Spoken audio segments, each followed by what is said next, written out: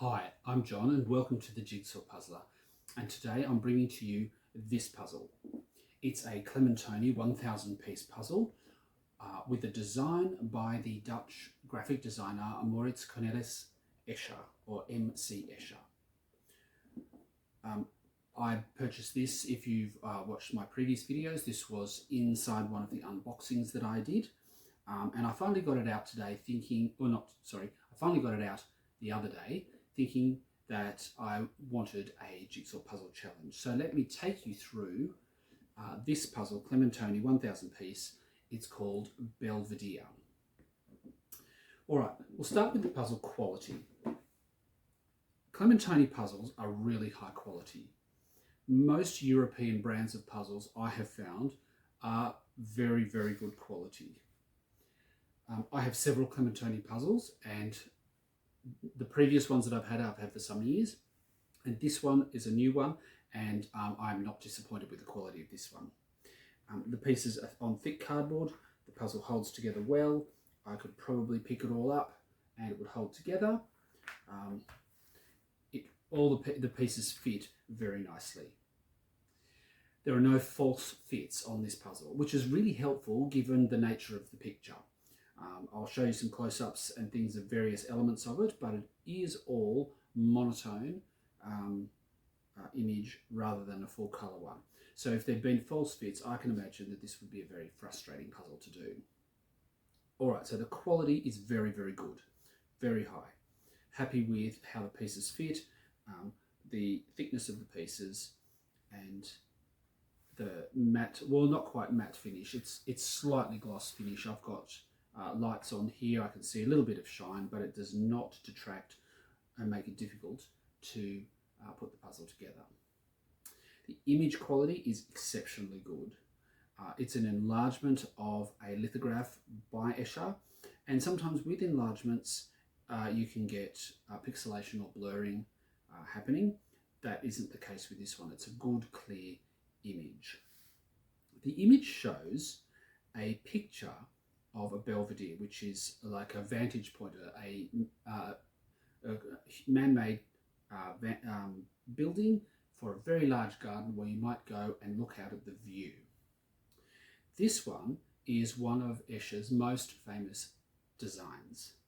He was famous for he became famous for a number of reasons. Firstly, for his tessellated or tile patterned images that might show a flock of birds going in one direction and merging into a flock of birds coming in the other direction. There was a famous one involving fish going in opposite directions in black and white.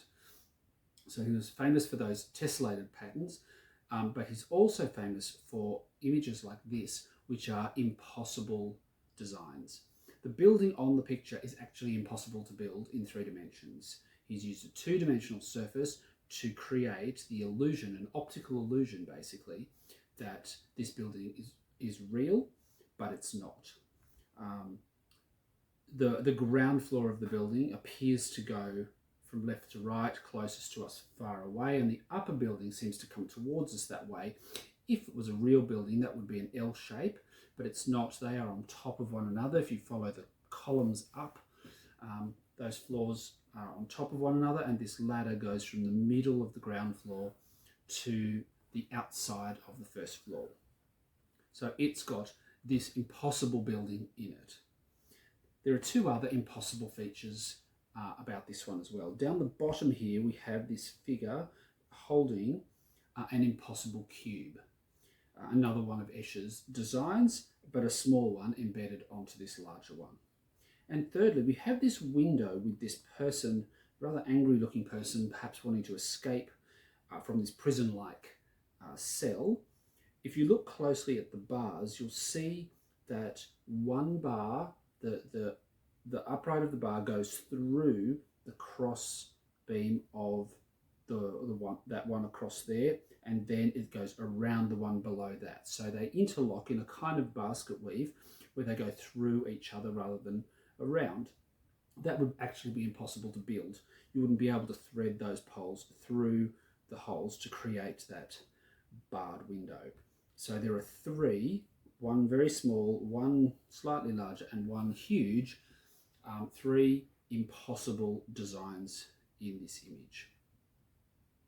Why did I choose this image? Firstly, I like architectural images.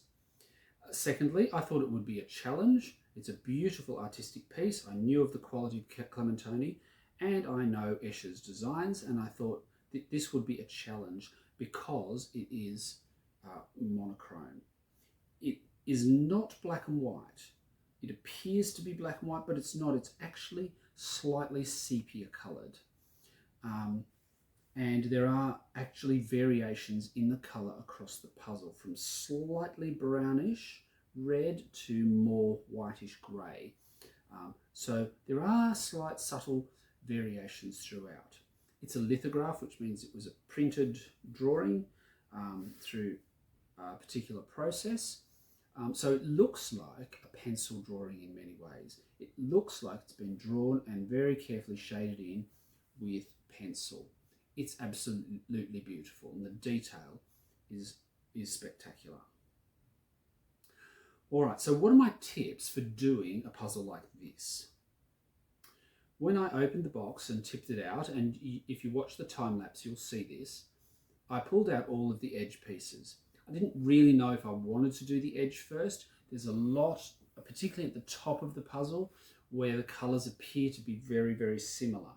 The bottom of the puzzle, not so much, a lot more variation down here, so probably easier to put together. I pulled those out, and then I started to notice the bars for these two windows. So I pulled those out as well, and then I noticed a few other bits and pieces. I knew that there were 1, 2, 3, 4, 5, 6, 7, 8 humans on the image. So I started to pull out any puzzle pieces that looked like they had people on them, and I just made a pile of those. I did put the border together first. I had a couple of missing pieces that I'd overlooked in the box, but that was okay. I put the border together. That took a little while. And then I put the windows together and this door. The texture on the door looks like timber, as if it's made out of timber planks. And they weren't too hard to find, so I had these 3 things here. Then I simply worked my way around by textures. I put the floor, this is a checkerboard floor down at the bottom here. They weren't too hard to find, so I pulled those out. I worked on the people. I worked out which body part went with which person and put them in approximately the spots inside the border. Then it was easy to pull out the ladder pieces. The ladder is not vertical. It's on an angle, and that angle does not appear anywhere else in the picture. So any pieces with lines on them that went in that direction like that, or the cross members, I knew must be part of the ladder, not part of this upper railing, for example, because the angles didn't line up with anything else. And there are small spots on the end where the cross members go through the side of the ladder, so you can pick out those. They become a bit distinctive. So this section here in the middle and the people came together relatively quickly. After that, I really had to decide what was it I was going to do. There were so many options. Could I do the arches? How was I going to do the arches? Because I think they're the hardest part of it, the most complex part, because they're so similar and yet there are so many of them. So in the end, I noticed that the railing, the balustrade and the downstairs all has small arched openings, and the one in the upstairs has rectangular openings. So I sorted through the pieces to look for each of those and ended up piecing the balustrades together, the railings. Then if you look closely, there are 1, 2, 3, 4, 5, 6, 7, 8 columns upstairs and 8 columns downstairs as well. The downstairs columns have two rings around the base of them. So it didn't take a lot of effort to sort through the pieces again and look for all of the the bottoms of all of those columns. The tops of all the columns are the same. So there are 16 column tops, all with a single ring around them, but the angle at which they meet the building above it is different. So you can determine whether they're a downstairs column or an upstairs column, because downstairs the line across the top is almost level, whereas upstairs it meets at an angle like that because we're looking up, and the perspective means we're looking up. So you do get more of a pointed corner with the top of those columns. So I picked out all of this, all 16 of those weren't too bad. Then if you look closely at it, you'll see there is this background scenery, mountains mostly, of all different kinds. Each part of the puzzle has a distinctive texture to the background. And that made doing this part of the puzzle a lot easier. These mountains look a lot softer than these ones. The angles of the way the land falls is different. There's a river through here, so that was pretty easy to find. This part over here I did almost at the end of the whole puzzle because it's just quite dark, even though it has its own distinctive texture.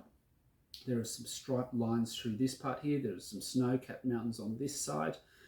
And then it's just a matter of following the ridge lines with all of the background. So once I had background pieces in, it meant that other parts of it started to come together fairly readily. I then pulled out all of the column pieces, the bits between the tops and the bottoms, and just worked my way around piecing those together and putting those in place so that it started to join. This part started to move upwards and this part started to appear in the middle. Then there were a whole series of pieces which were very distinctly very dark, had partly very dark and very light. So white, black and white, distinctly black and white, and they formed the edge of these curved roofs at the top here, this whole top edge. And I thought to myself, well, I'll look for all of those and see if I can piece the curves of those domes together. And I was able to. That reduced the number of pieces significantly in the box, the puzzle boxes. So I just had to work out what I was going to do next. And I thought I pulled out all the white pieces, the ones which had the really bright white on it, not this sort of pencil shaded sections here, but the really white tops of the domes, the tops of these columns here, the inside where the light is shining from this side in the image onto the building, all of this section down here, and pull out all the white pieces and just simply put those in. There were not as many as you might expect. This line here, on the upper, between the upper level and the roof, I managed to find all of those pieces for those lines and put those in place. And then it was a matter of finding all of the tops of these arches, which was probably the most tedious part of it, because there are not just arches in the foreground, but behind, on the back of the building, in the side of the building, in a second layer. So that's how that all came together. And finally, I did the sky part, which was actually reasonably straightforward because it grades in colour from quite light to quite dark all the way up. And I sorted by shape at that point and was able to put that together in a fairly straightforward way.